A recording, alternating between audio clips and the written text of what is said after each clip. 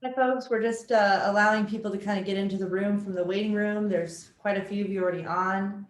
And give it just another minute. Let people get in, get their sound checked.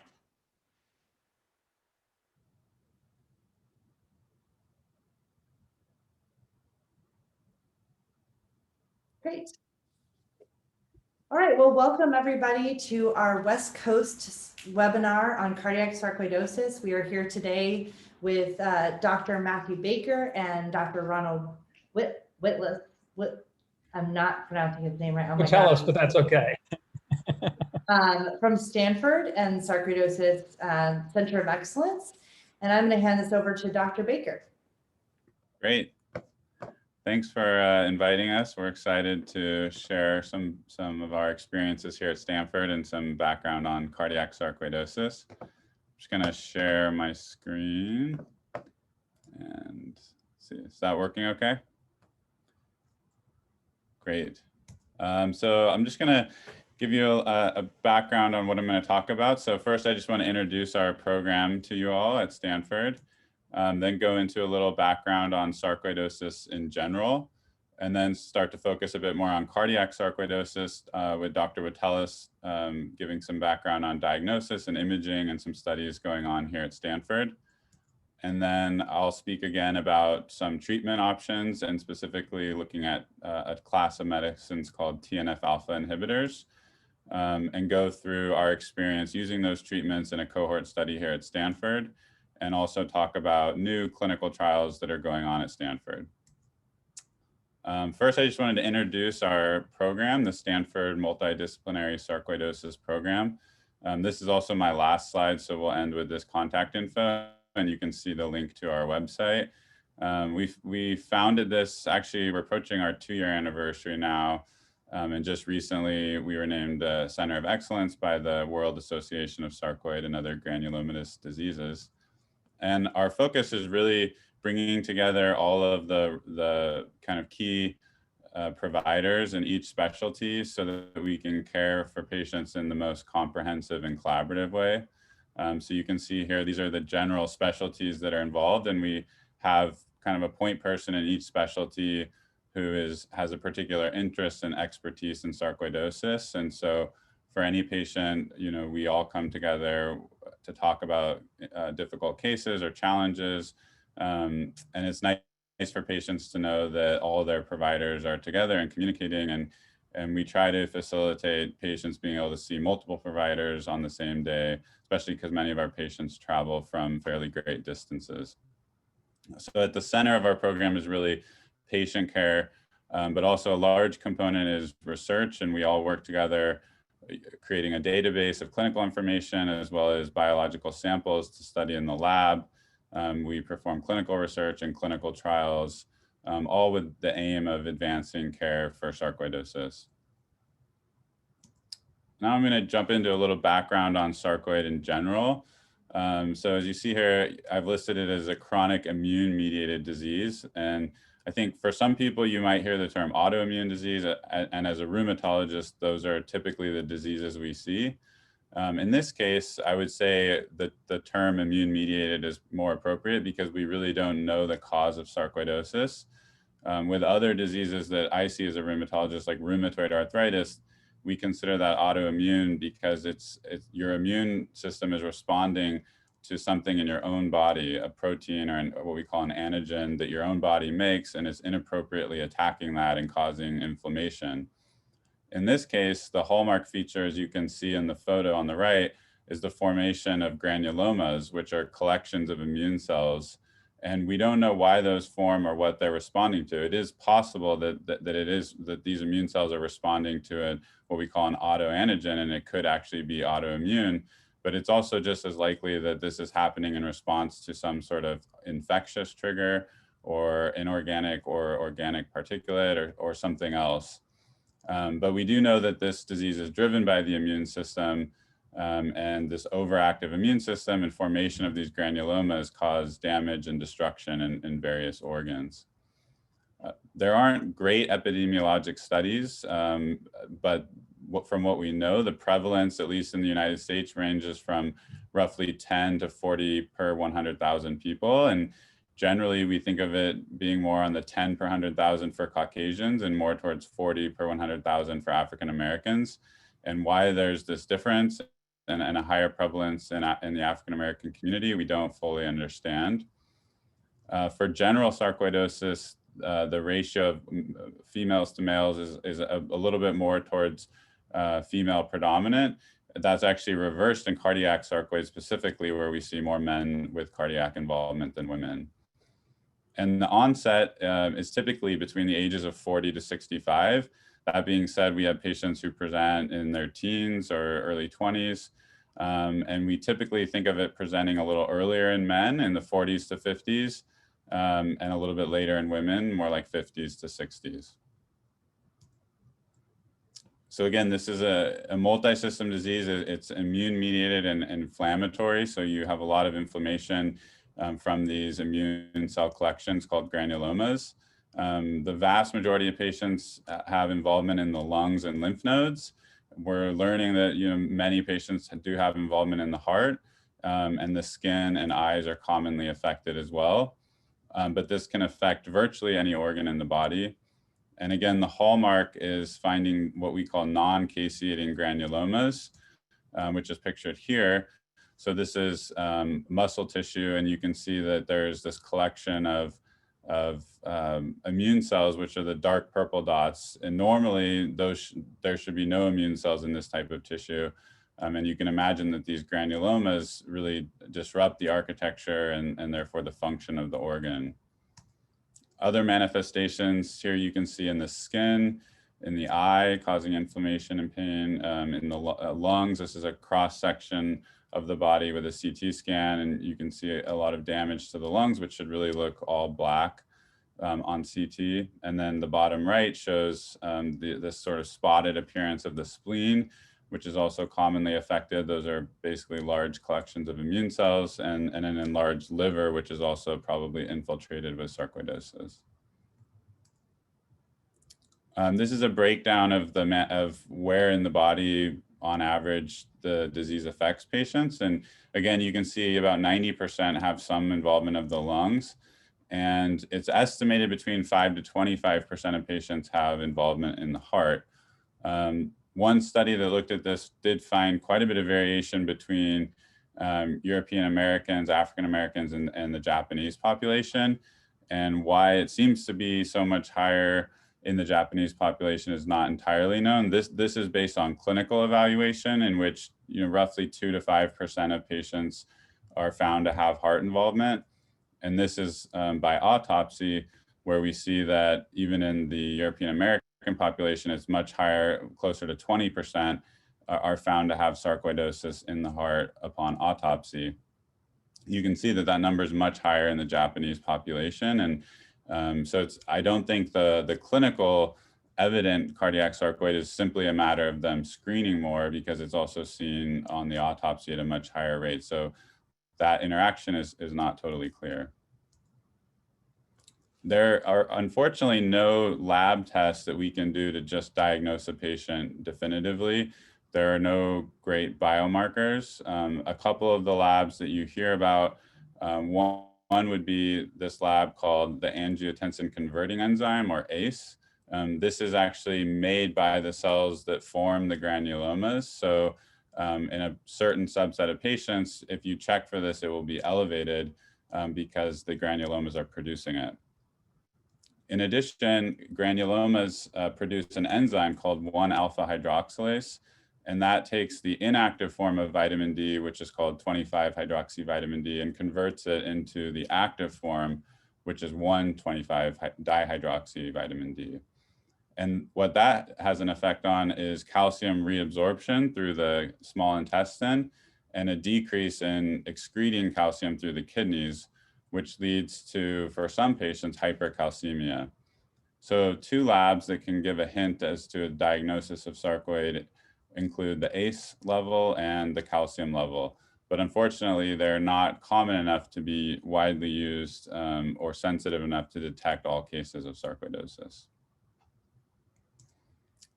I've already sort of mentioned the pathogenesis and that we really don't understand what triggers the disease, whether it could be some sort of infection, some sort of environmental exposure, or even an autoantigen that's produced by your own body.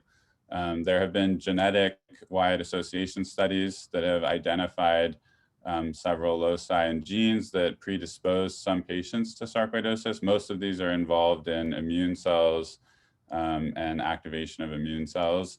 But these same findings are common in a lot of autoimmune diseases.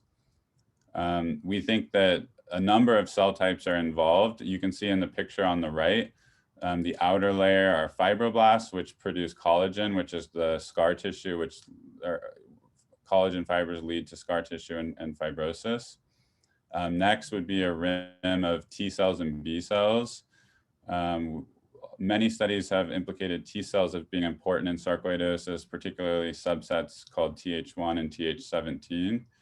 And then the predominant finding in granulomas are the orange cells, which are called epithelioid macrophages. And those really form the core of the granuloma. I'm going to stop here for a minute and pass it off to Dr. Watellis to talk a bit more about how to make the diagnosis and imaging, and then we'll come back for treatment and some studies that we've done at Stanford. Great. Okay, thanks so much, Matt. And let's see if you maybe stop sharing your screen and I will pull mine up. Thank you. All right. All right, everybody see it? Yep. We're good. Excellent. Great. Well, thanks to Mindy and FSR for the invitation to speak here about disease that I know Matt and I and others at Stanford are really passionate about, and we're really happy to both share our thoughts and to answer questions afterwards. I'm a cardiologist at Stanford. I've taking care of patients with sarcoid, or where there's consideration of sarcoidosis for many years. I got into it because another disease that I treat called amyloidosis, which is another disease which has sort of infiltration of the heart muscle, was something that I became known for in the area. And so I would get sent patients with other what are called infiltrative diseases like sarcoidosis. And I must confess that originally I wasn't terribly enthusiastic because of the state of where things were with cardiac sarcoidosis, where honestly it was really hard to make an accurate diagnosis of the disease. And I always felt, and I think most of us always felt, like half the time we were overdiagnosing and half the time we were underdiagnosing, and meaning that half the time we were overtreating and half the time we were undertreating. And it was really, really tough. And what changed that more than anything was an advance in imaging that I'm going to talk about, and then look towards the future, because I think there's still ways to go and reason to be hopeful for it. Ron, your slides are in the presenter view, so we see your upcoming slides too. Huh, strange. I don't know why. Any better or no? No, try that swap displays icon up on the top left. Do you see that one?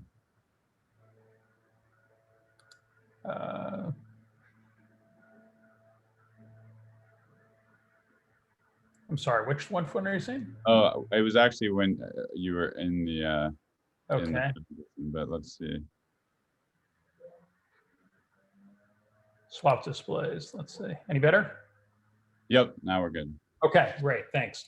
All right. So a few important considerations. So first off, that at least in my view, cardiac sarcoidosis is likely downright common in patients who have systemic sarcoidosis. Matt was just sharing some of that data, and I look at that with some caution. Sarcoid and granulomas can be very patchy, and if one's not looking carefully for them, even on an autopsy, you can miss it.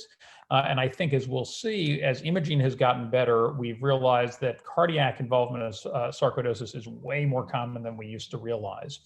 For patients who have cardiac involvement, the cardiac manifestations are the leading cause of death. So it's incredibly important to identify and treat. And that brings us to number 3, which is that we do have effective treatments to halt progression of the disease. Matt's going to talk about them more in the next section after I'm done. But treatments also have the real downsides. And so we don't want to overtreat, just as we don't want to undertreat. Along with that, activity of the disease can wax and wane on its own, and we only want to treat active disease, not what we call burnt out or just disease that's just scar. And number 5, that as I was getting to before, diagnosing active cardiac sarcoidosis has historically been very challenging. And unlike other diseases like the one I was talking about called amyloidosis, which has a very high yield with cardiac biopsy, for cardiac sarcoidosis, it's extremely patchy. And so the yield of biopsy is actually quite low. And most of the time, if you do a biopsy, you'll see sort of non-specific findings that don't give you the answer. So what was needed was an imaging or laboratory method to accurately diagnose the disease. And once you've made a diagnosis, follow the response to treatment. And so you want such a mechanism to focus on active disease, not on burnt out disease. If it's a normal scan or laboratory test, you want to be pretty confident that that rules out active disease. And you want it to be what we call specific, meaning that if it's abnormal, that we are correctly diagnosing active cardiac sarcoidosis, not something else. And of course, lastly, we want it to be safe. So let's talk about it. And imaging is really where it took us. So the 2 main criteria that are used for sort of consensus criteria for making a diagnosis are the 2 criteria that I have listed here. First, on the left, criteria that came out of Japan, and on the right, criteria that came from an organization called Heart Rhythm Society, which is a cardiology society. And I'm not going to read through it all, but I am going to highlight these couple of things. So both criteria say there's 2 ways you can make a diagnosis of cardiac sarcoidosis. The first is in the top, what it says, the histologic diagnosis group, which is basically saying you do a heart biopsy and you find those non-caseating granulomas that were being discussed before. So that's great. If you do it and you have that, wonderful, you've got a confirmed diagnosis. But as I said before, not only is that invasive, the yield of a heart biopsy is actually quite low in the disease. So then you get into what's called the clinical diagnosis group. And you can see that for the Japanese criteria, anybody in the clinical diagnosis group, you still need the diagnosis of extracardiac sarcoid.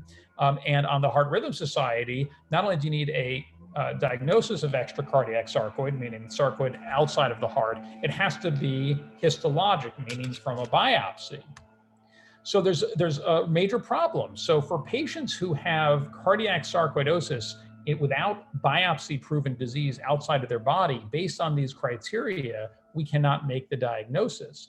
Also, for some patients where really they have the disease limited to their heart and they don't have it elsewhere in their body, in lymph nodes or their lungs or elsewhere, you're going to basically not be able to make the diagnosis and clearly be undertreating the disease.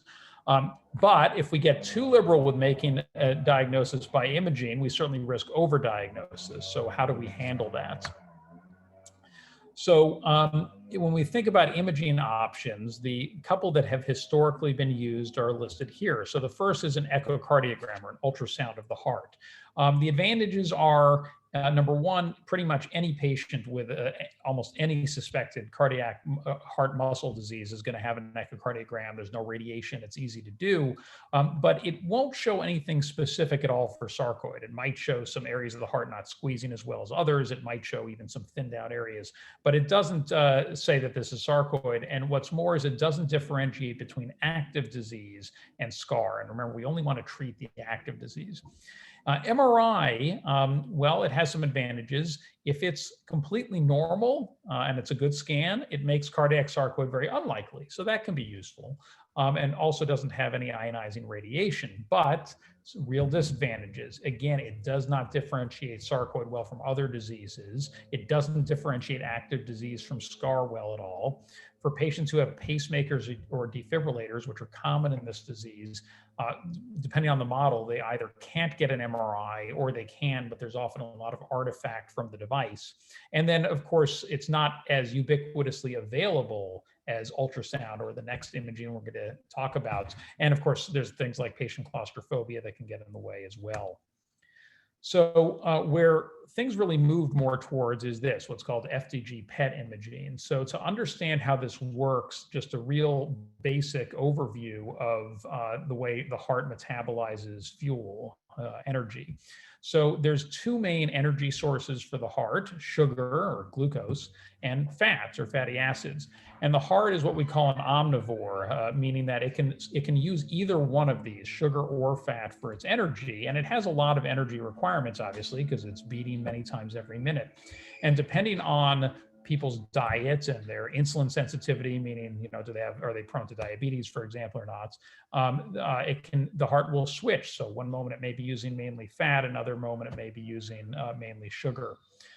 So the concept in sarcoid imaging is that, so FDG is an analog of sugar, an analog of glucose. So, but it's labeled so that when you inject it into someone's vein and then you put them in the PET scanner, you can see what parts of the body are taking up this nuclear tracer. And so what the concept for imaging in sarcoidosis is that we want to drive the normal metabolism of the heart, meaning the non-inflamed part of the heart, towards fat. So that area will not take up any of this sugar tracer. And how do we do that? It's with dietary interventions. And those of you who've had one of these scans knows that it's really critical to follow these diets meticulously. And basically, you want people not to be eating sugars, not to be eating carbohydrates, and really to be eating fat-heavy diets, and then to fast before the meal. And if you do, before the scan, excuse me. And if you do that, the heart's metabolism, the normal metabolism, really switches to fat, and therefore the heart will not take up this nuclear tracer. So that the idea is that the only areas that are taking up the nuclear tracer are areas that are having more inflammation, which is going to be using more fuel and more sugar in particular, and it'll light up. So there's some advantages, real advantages to FDG-PET imaging. So first off, compared to MRI, it's widely available because these are very common scans used for cancer surveillance. Obviously, that's not what we're using it here, but because cancer is common, these are pretty much available everywhere. Most importantly is that it differentiates active disease from burnt out or scarred disease. So this is really useful in making the diagnosis, and even more so in assessing the response to treatments. And that's absolutely critical, so that we don't treat people with immune suppression, over-treat them with too much for too long. There's no issues with pacemakers and defibrillators. And really importantly also is that you get a full body scan, not only the heart.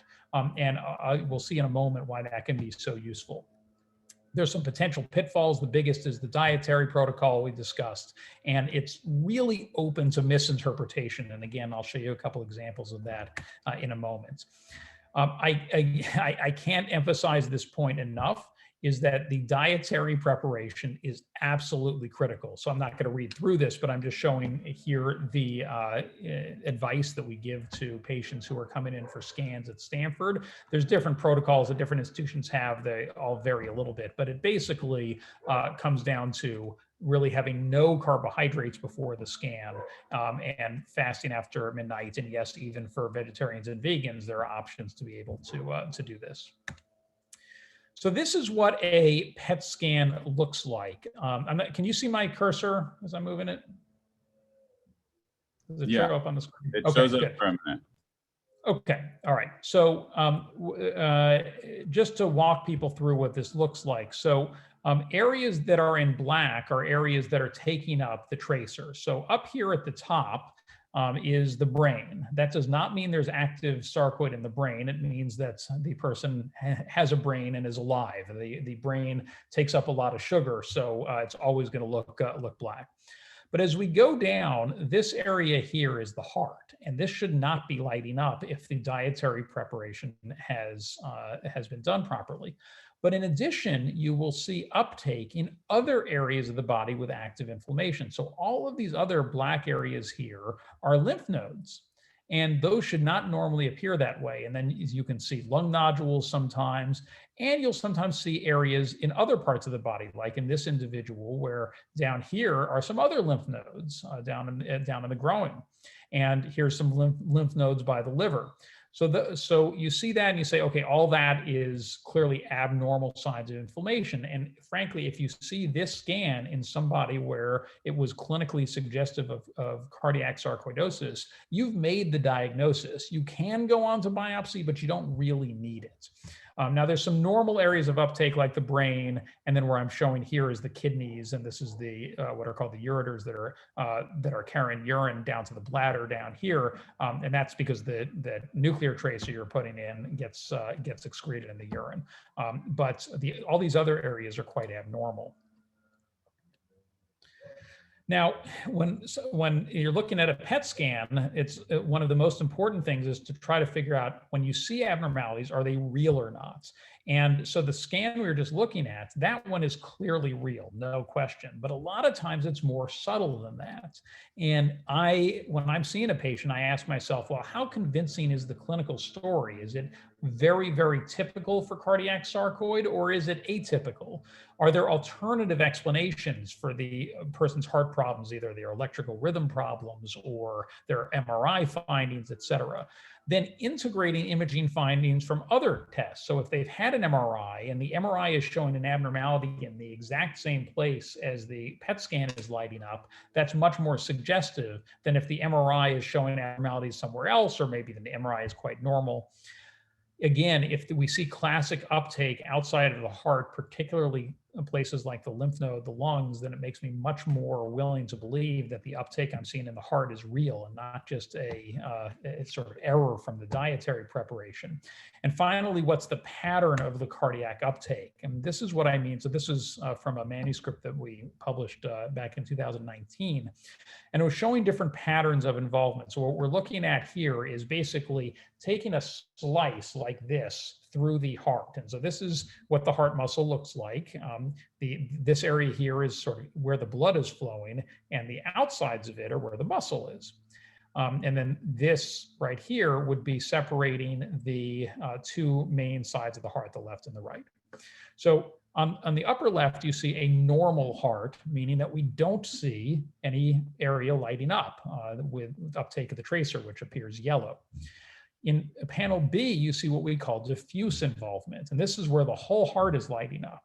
Now, could this theoretically mean that the person has such active sarcoid that everywhere is lighting up? Yes, but that's really uncommon. And what it more likely means is that it wasn't a good test. Either the patient did not follow the dietary instructions properly, or they did follow them properly, but despite doing that, you just couldn't shift their heart's metabolism away from sugar to fats. And so if you see this, it's basically a non-diagnostic test.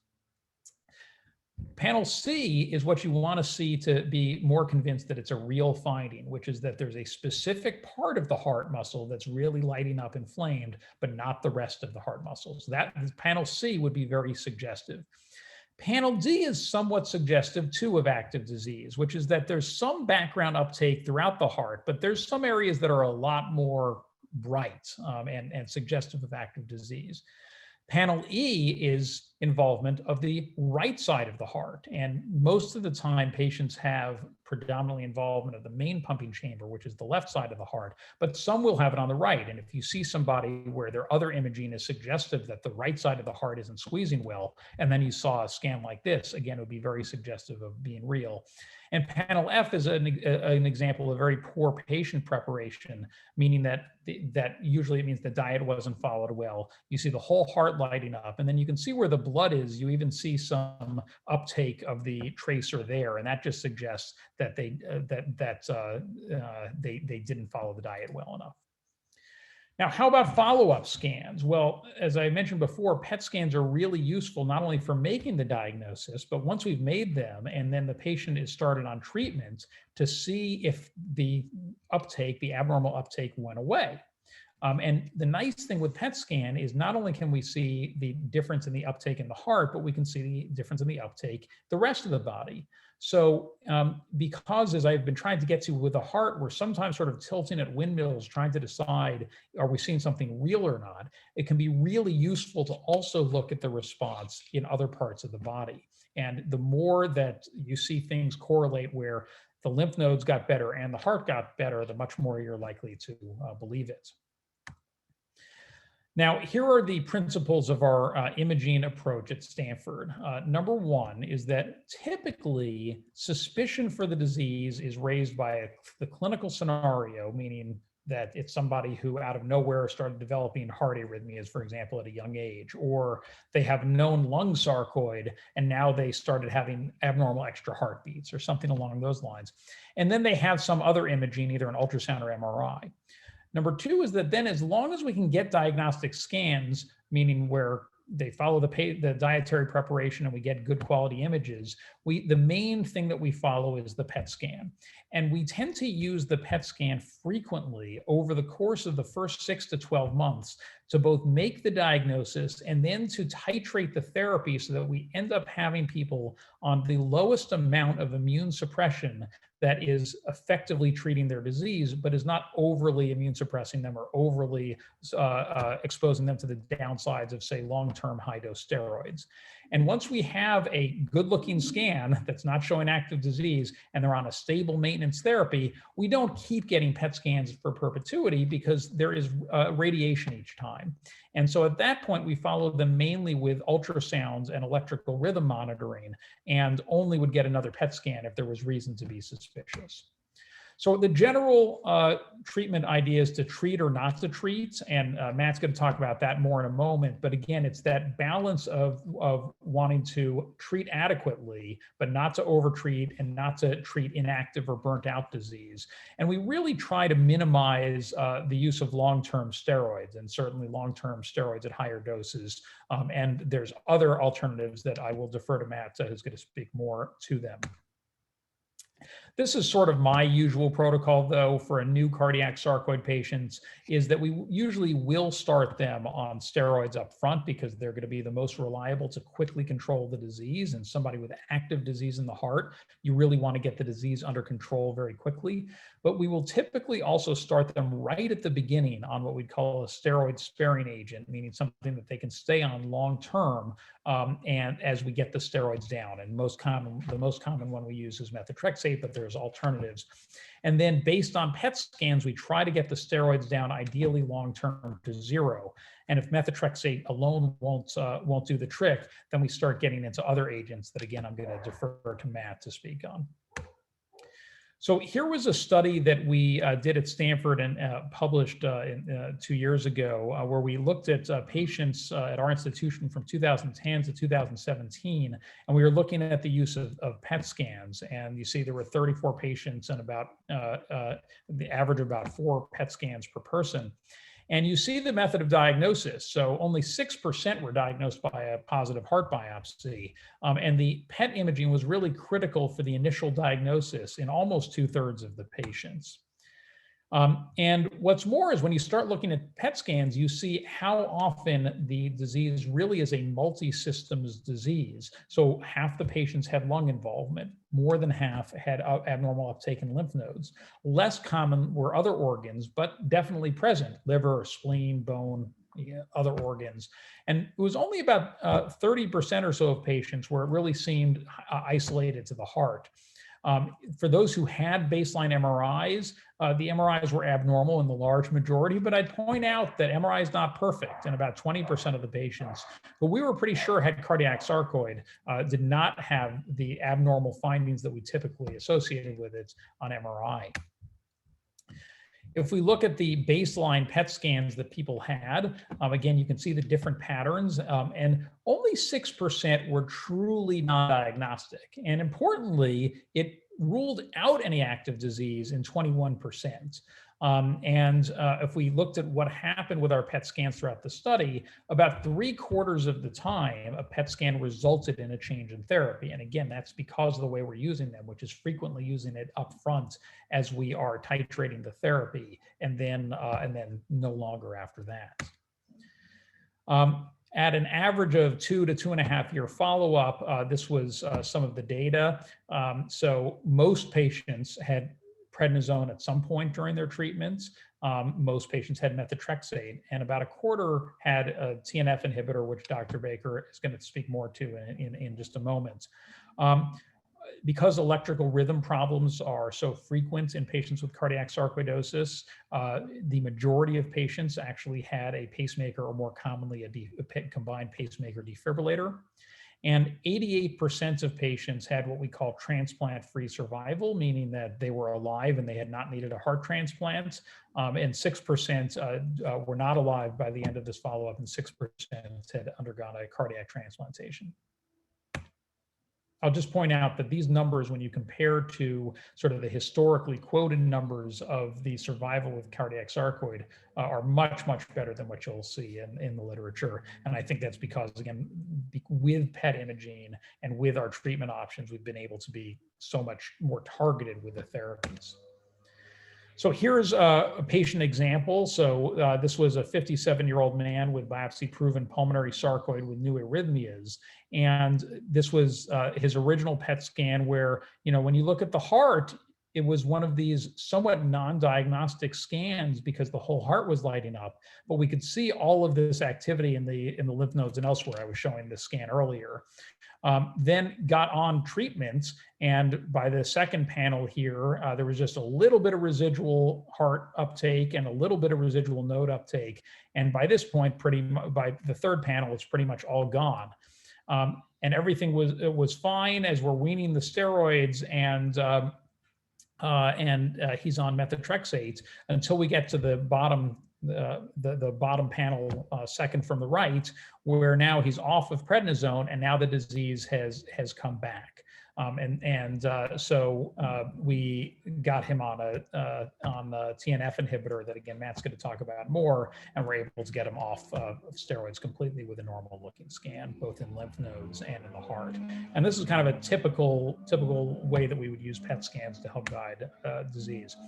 But this is the Achilles heel, and I can't emphasize enough how many patients I see who have false overdiagnoses of active cardiac sarcoid because of poor quality scans that are misinterpreted as being positive. And again, this is this diffuse uptake, and you see this uptake of the tracer within the blood as well. And for either because they didn't follow the diet, or they did, but their body just does not convert.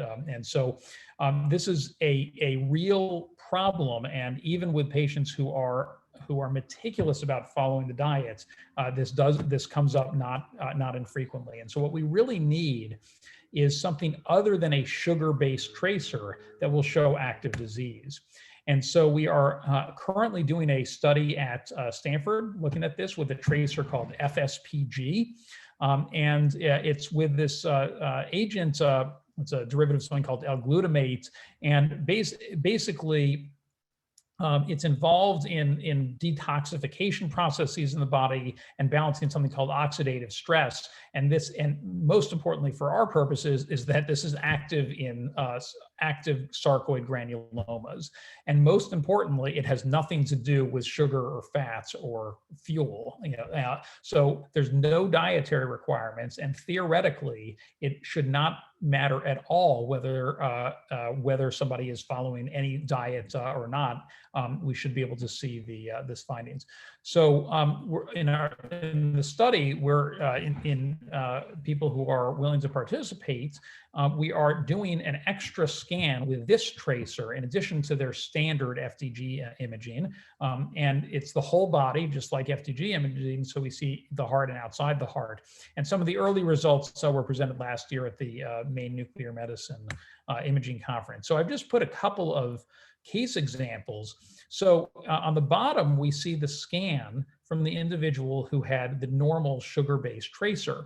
And what you can see is that we see what looks like some areas of uptake here in the heart.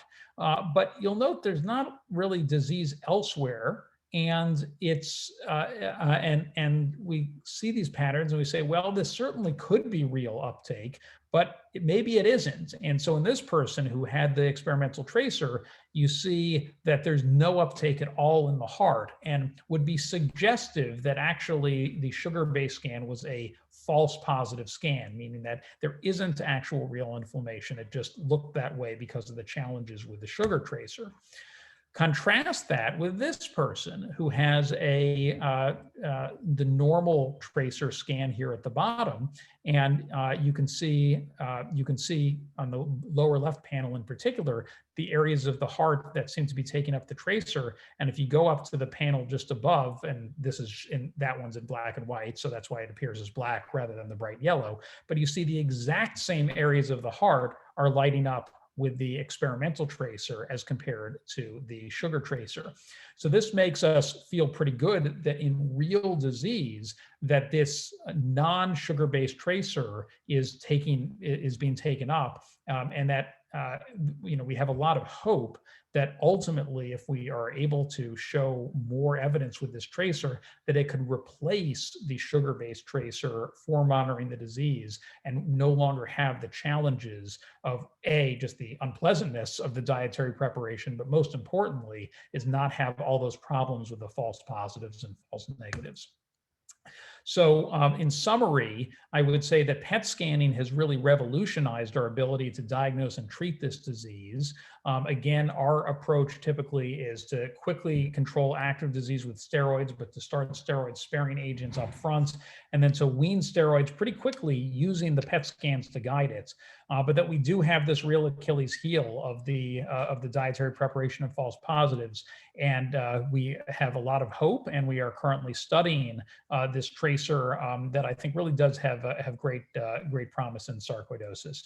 And I'll just note before we turn it over to Matt, as he was highlighting before, we really have a wonderful team at Stanford of clinicians with expertise in a host of different disciplines, including nuclear medicine, whom we collaborate very closely with. And certainly feel free to visit our website and to contact any of us. And with that, let me stop sharing. I'll turn it back over to Matt. Great, thanks. Let's see here.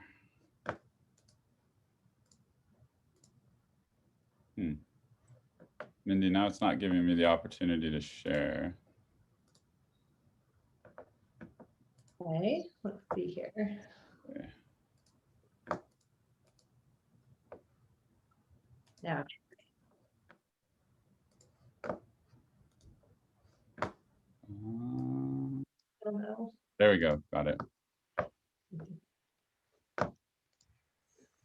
All right, now we're going to talk a little bit more about treatment.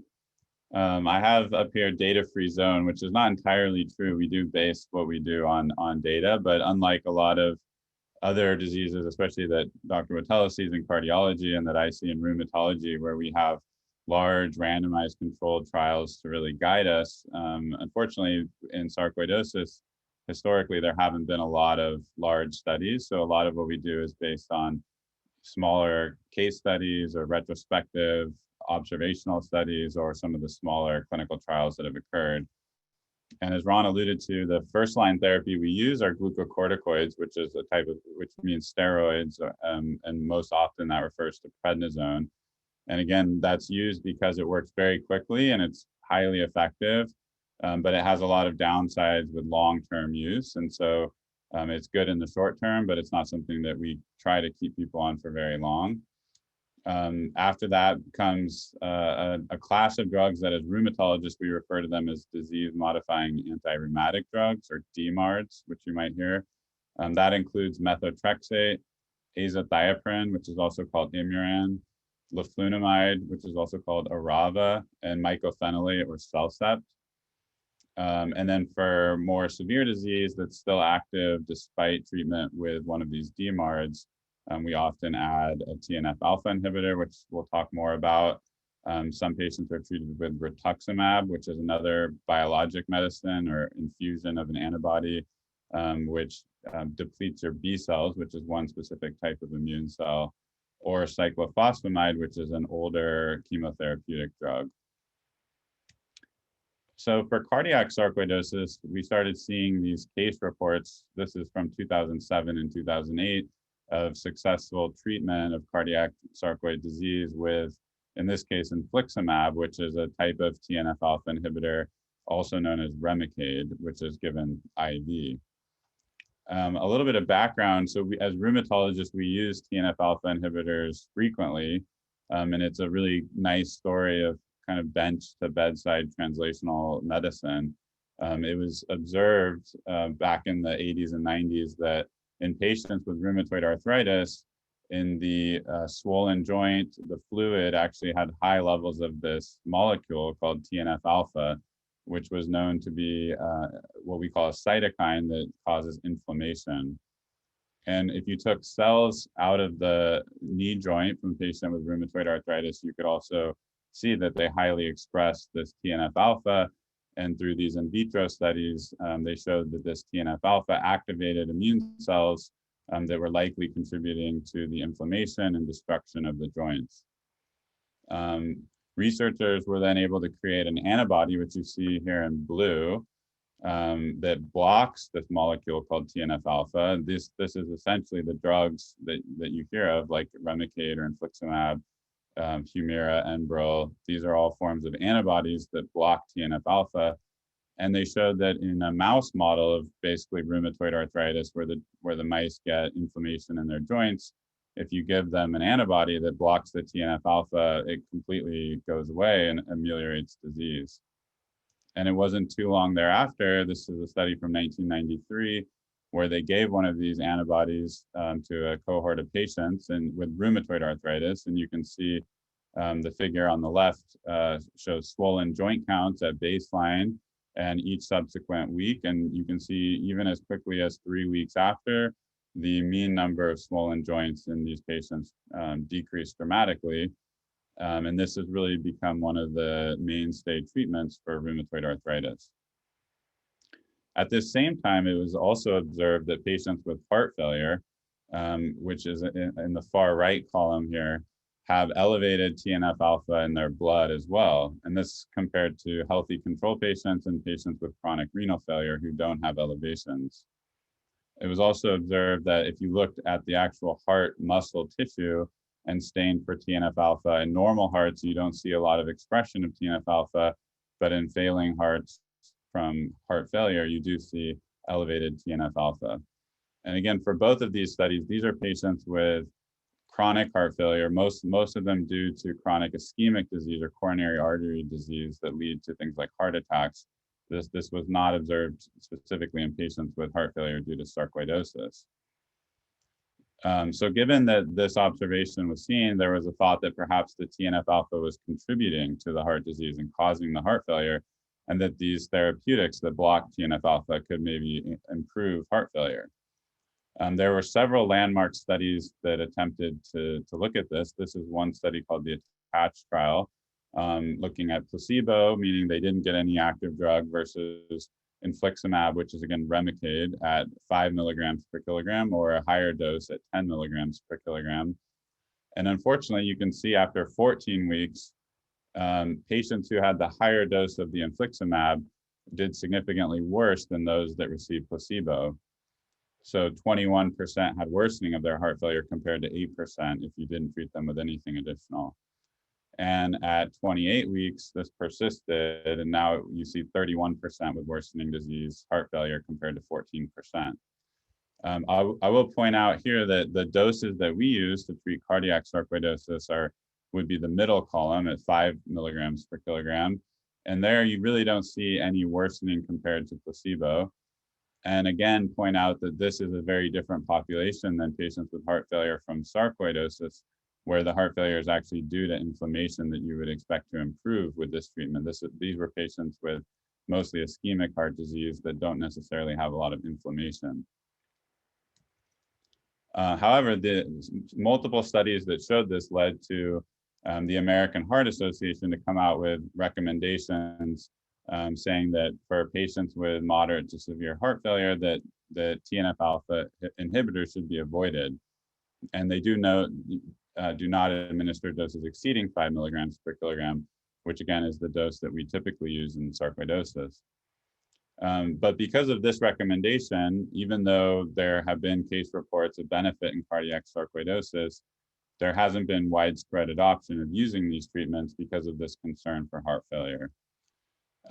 So again, there's frequently fear about this. However, we feel like this fear is likely unjustified for the reasons I've already pointed out, and additional studies like the one on the right, which compared placebo to Enbrel at 2 or 3 times the dose that we use in rheumatology, really showed no difference in survival over time with a p-value that was not statistically significant. So for us, our practice at Stanford, as Ron alluded to, is to use these medicines. It's really our treatment of choice if patients have active cardiac sarcoid despite induction with steroids and then treatment with methotrexate. And I never say never or always in medicine, but virtually every patient we've treated this way has had resolution of their sarcoidosis in the heart, or at least of the active disease. So we wanted to describe this a little more objectively and look at the patients we've treated at Stanford over the last 9 years and see how they did after TNF-alpha inhibitor treatment and whether there were some of these concerns or not, which we published last year. And to do this, we used the Stanford Medicine Research Data Repository, and we looked at all the patients seen at Stanford between 2009 and 2017.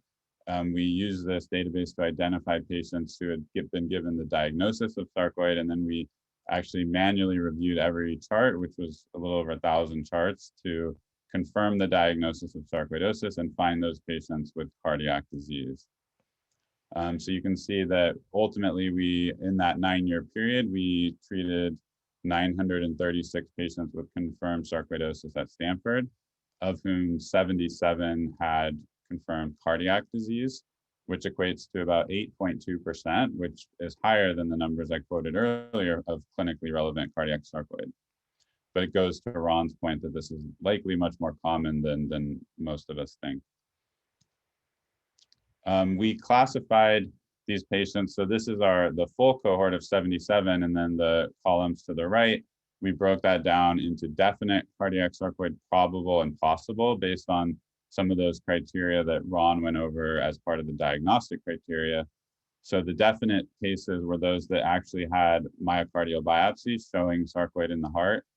The probable cases were those that had biopsies outside of the heart of some other tissue that showed sarcoid, and also had PET, CT, or MRI findings that were consistent with sarcoid in the heart. And possible were those patients who didn't have any tissue biopsy, mostly because it was isolated to the heart. But they did have the characteristic imaging findings on PET or MRI, and they also presented in a way that we classically see with either reduced ejection fraction of less than 40%, or one of the typical arrhythmias like heart block that we see, or they had one of those two findings that was specifically responsive to steroids and got better with steroid treatment.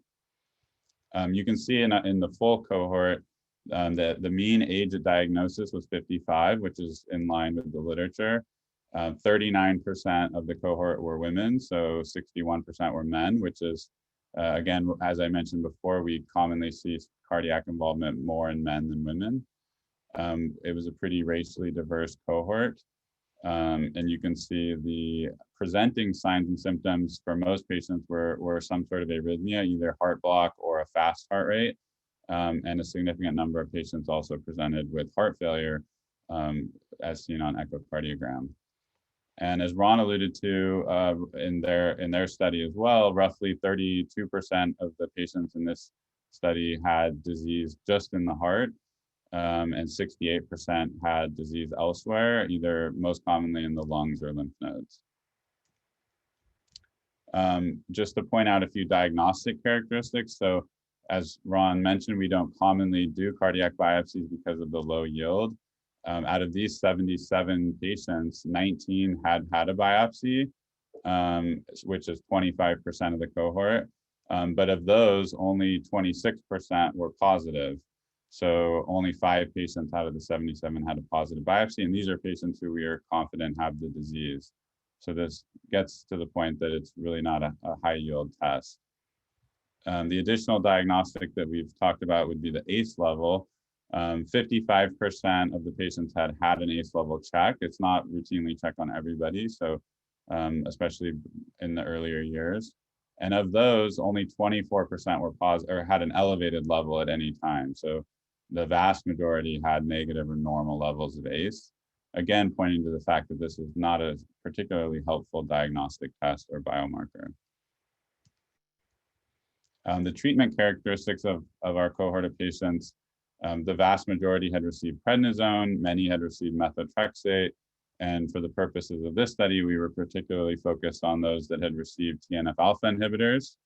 In our cohort, those were either infliximab, which is Remicade, adalimumab, which is Humira, or golimumab, which is Simponi. So about a quarter of our patients had been treated with TNF-alpha inhibitors. And we were particularly interested in the outcomes. And so I will say out of the 20 that received TNF-alpha inhibitors, 17 were started on the drug because of worsening PET findings. And for all 17, they had complete resolution of activity on PET scan on their subsequent scan after starting the TNF-alpha inhibitor. We also assessed echoes that were performed within 6 months before starting and 6 months after. So all 20 patients had echoes in such time frame. And you can see, importantly, that very few patients had any worsening of their ejection fraction, meaning the amount of blood that the heart can pump out after treatment. So this is addressing this concern that TNF-alpha inhibitors can worsen heart failure. In particular, I think a lot of providers are nervous about starting these in patients that already have heart failure with a low ejection fraction. And you can see there were 4 patients who started out with an ejection fraction of 30% or less.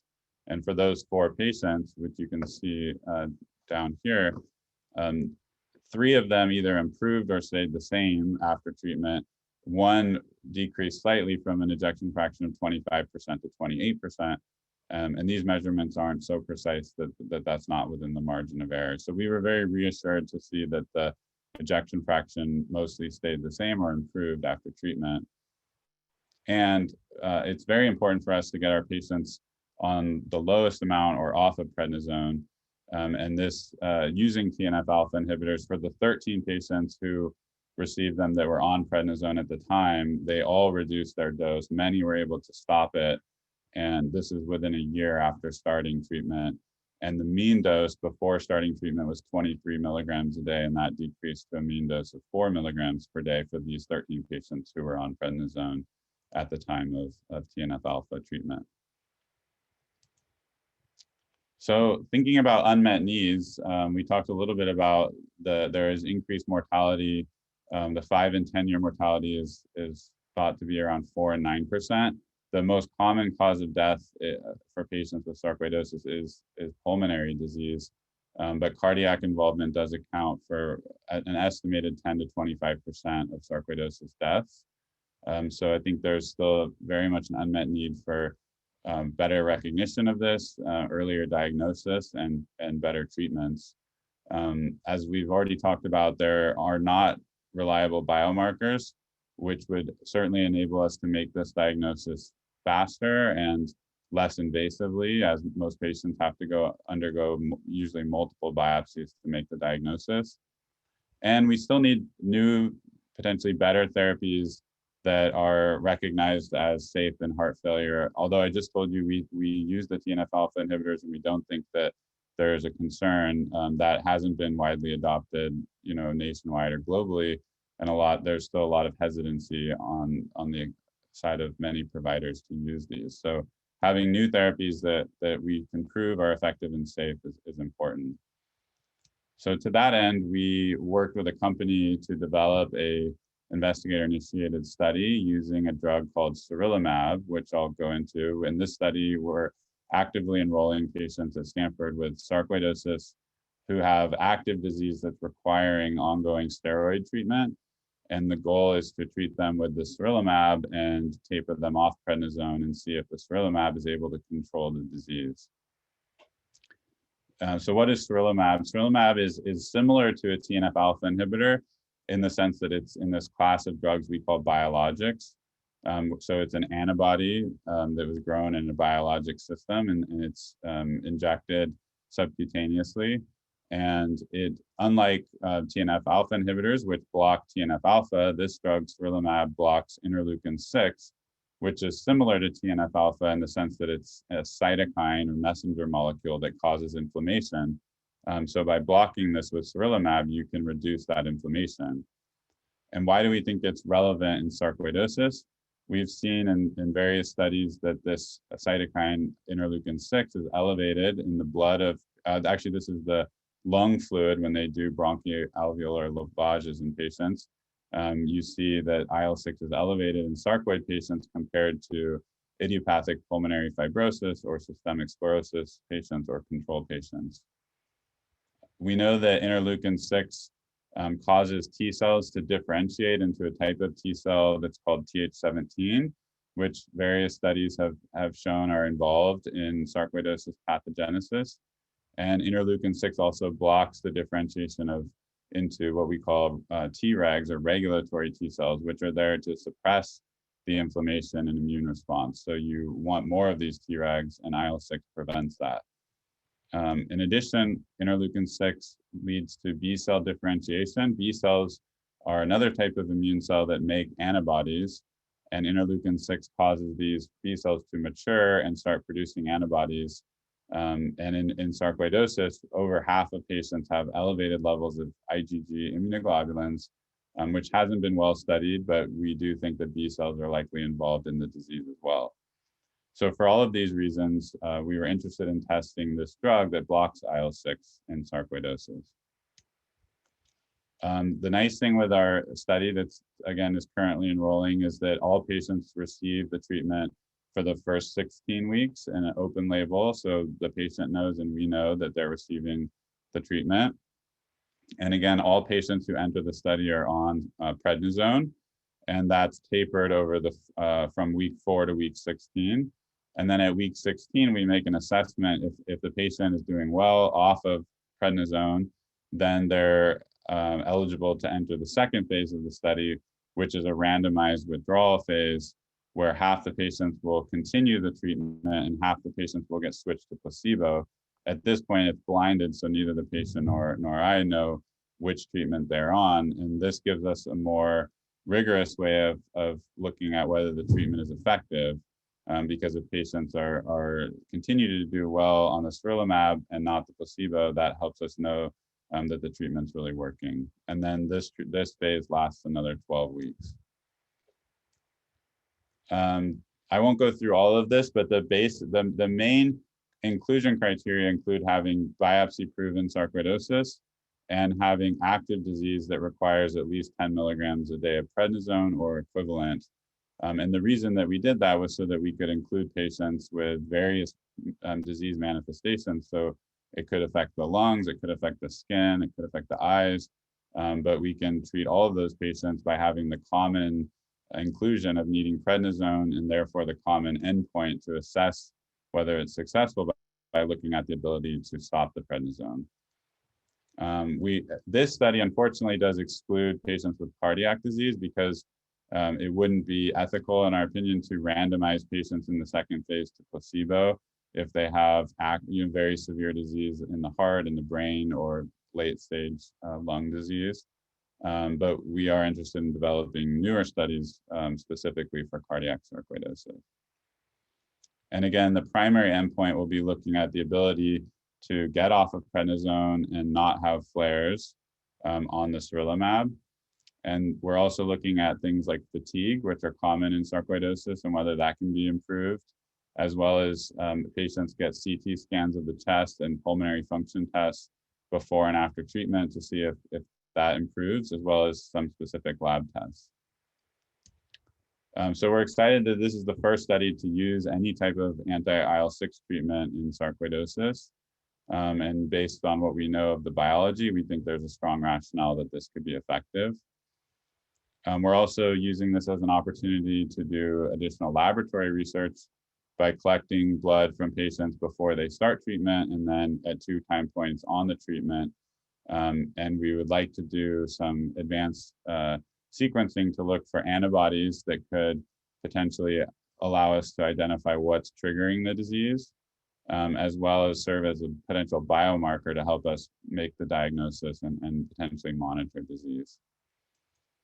And just recently, I was approached by a company who's interested in specifically designing a clinical trial for cardiac sarcoidosis. And so I'm very excited to be working with them, and Ron will be working with us as well to design the study and hopefully make this a reality in the near term. And with that, I'll stop and I'll leave this up in case anybody wants to look at the website or get our emails.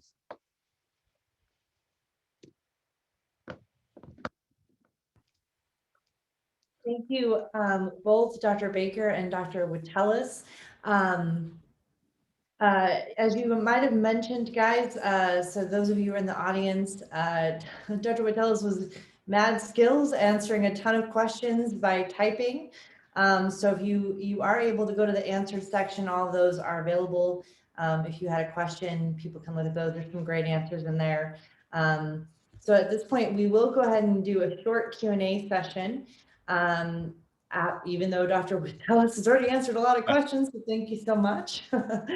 The first question we have actually is, and it's actually, well, you had the slide up just a second ago. So we actually had a few people asking around how they can sign up to be seen at Stanford if they live in the area.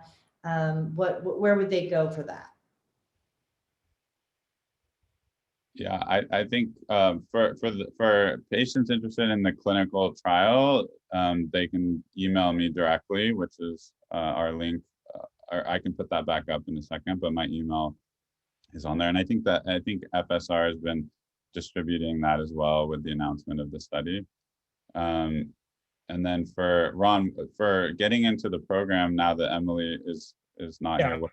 Yeah, so on our website, it'll give information in terms of for patients who want to come and be seen. Obviously, somewhat depends on insurance in terms of if they'll need a referral from their provider, et cetera, and kind of what information we ask to try to get to make it a highest yield experience. But anyway, the information is on the website, and obviously we're very happy to see patients and both from a possible clinical trial opportunities, but also for overall review of their case and see what we'd recommend for them.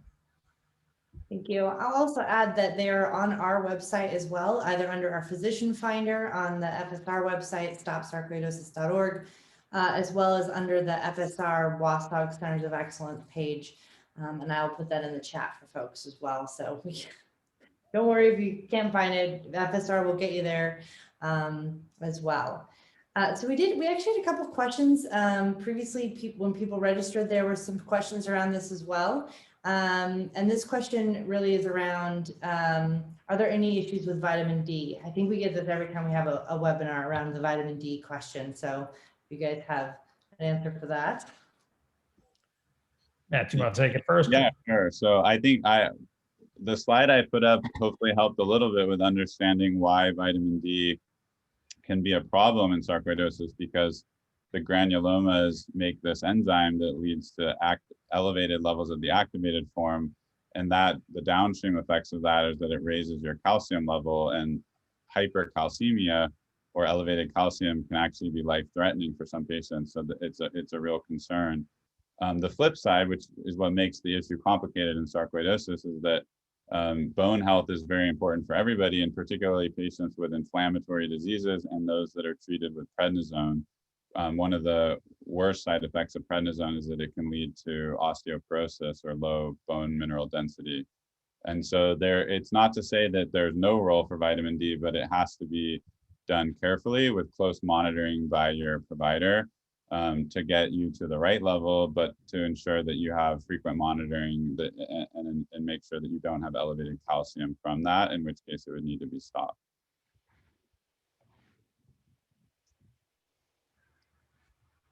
Thank you. So Dr. Baker, could you say more about the side effects of methotrexate and similar second-line drugs? Sure. Yeah. Methotrexate, the most common issue that we see are actually in the labs, and we definitely keep a close tab on any patient. At the bare minimum, we check labs every 3 months for patients on methotrexate, and the things we're most concerned about are liver inflammation and less commonly cytopenias, which refers to decreases in blood counts like your red blood cells and white blood cells.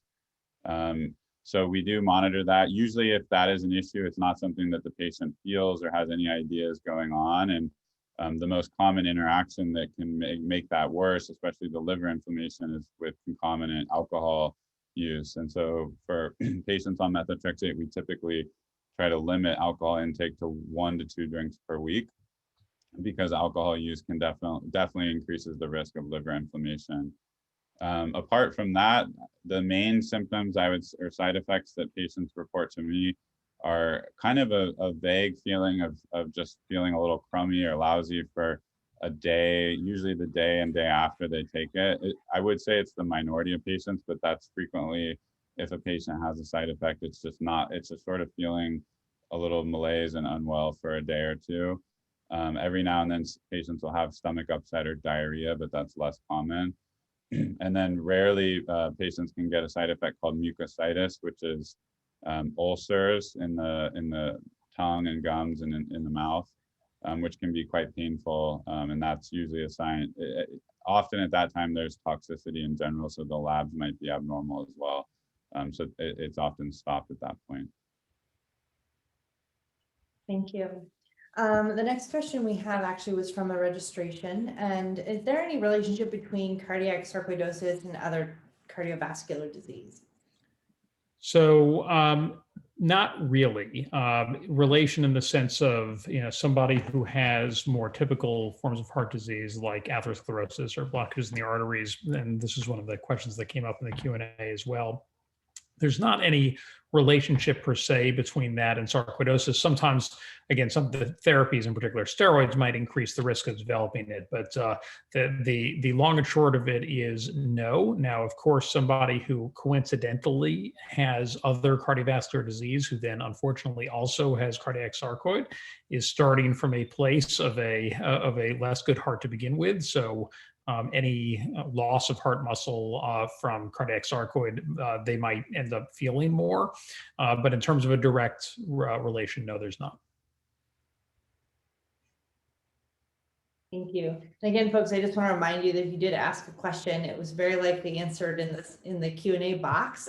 We will go ahead and I believe I can get a printout of that. It will go with the PDFs of the presentation and link to the video. So we have continuing questions around vitamin D. What is a normal dose of vitamin D for a sarcoid patient? And then can vitamin D, an elevated calcium level in their body, contribute to atherosclerosis?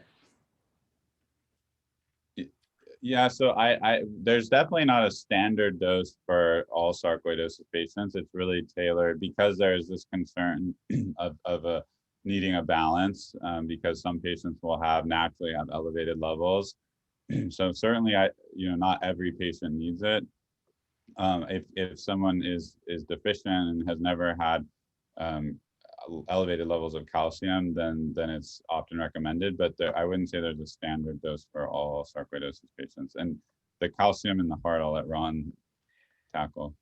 Yeah, I mean, and I'd say in general, I would not, and I think you'll probably see some varying practice with this, but I would not recommend vitamin D to just everybody, particularly most patients. We try not to have on long-term steroids, and that's really the main risk factor for osteoporosis. There's, of course, good ways to screen for osteoporosis with DEXA scans. So in the absence of it, because of, in this disease, the particularly high risk of developing the high calcium levels, I wouldn't just sort of willy-nilly recommend it to everybody.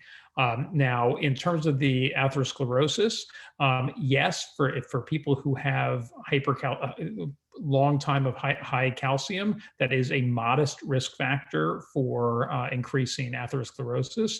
So, but I would say there's other reasons you wouldn't want to have high calcium levels. So if somebody is running a high calcium level, they should not be on vitamin D as a general rule. So regardless of atherosclerosis. Thank you. Not to belabor the vitamin D question, but I think I did not ask the question correctly. What level of vitamin D is normal in sarcoidosis patients? So like their levels currently before not what you should take, but like what level is a normal vitamin D level? Like your blood test level? Yeah. It's the same as for anyone else. The general range is 20 to 40 nanograms per milliliter, which is they typically check the 25 hydroxy vitamin D, which is the inactive form that I mentioned. So that's the typical test. It's usually between 20 and 40, and the same range is appropriate for sarcoidosis.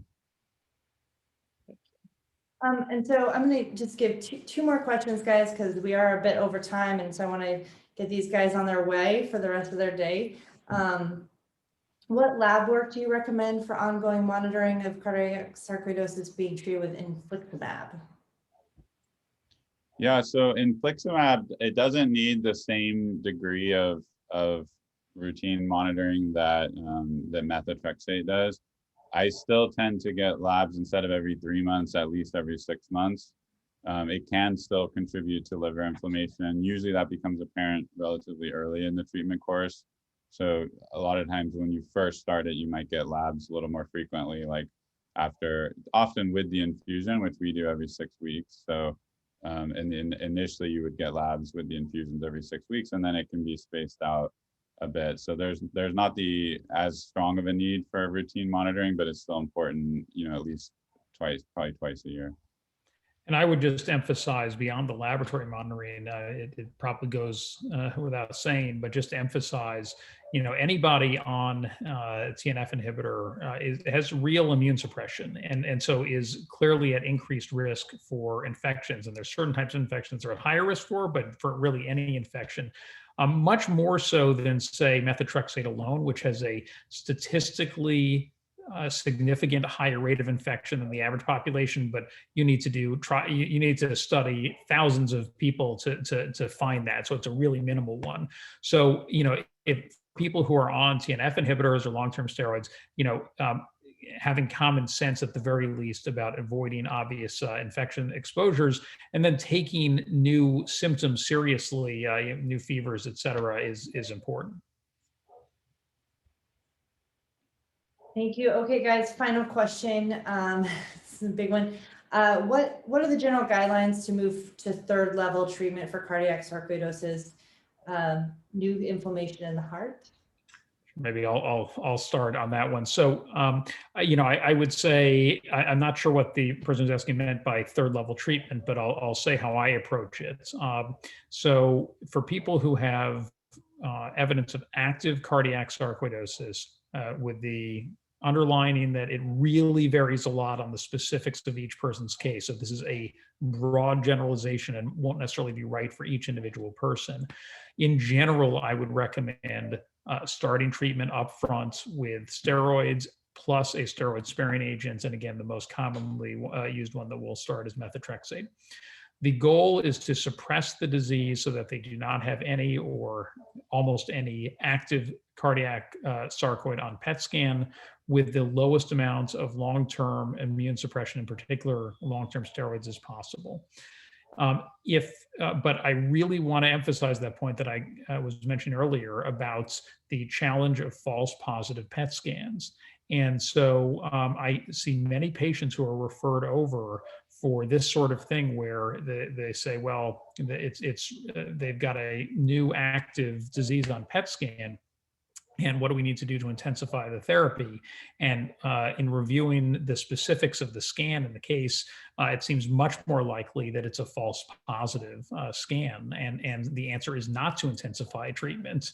The answer might be an alternative imaging to do with a longer fast, or say, hey, putting everything together, the preponderance of the evidence is just against that this is active disease.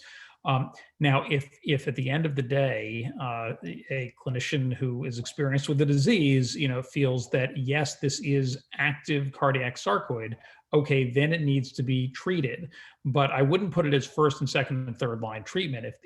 If what it means is that as the steroids were weaned, that the activity came back, then you say, okay, we can't continue just on this. Let's say they're on methotrexate alone and it comes back. So then the options would be get on some amount of steroids, get on an alternative agent like a TNF inhibitor, which is frequently what we would do. But the general principle is you want to suppress real active disease in the heart, but to do it with the least amount of long-term immune suppression, in particular long-term steroids, as possible. Thank you. And I will take it back. One more question, guys. I'm sorry, because we have multiple of the same one. Are there any concerns for cardiac sarcoidosis patients with any of the COVID-19 vaccines? We knew this was coming. Yeah, the general guidance from the American College of Rheumatology, which really covers all autoimmune and immune-mediated disease patients, is that we strongly encourage everybody to get vaccinated. We don't have any evidence to suggest that it would be less effective or unsafe in patients with underlying immune disease like sarcoidosis.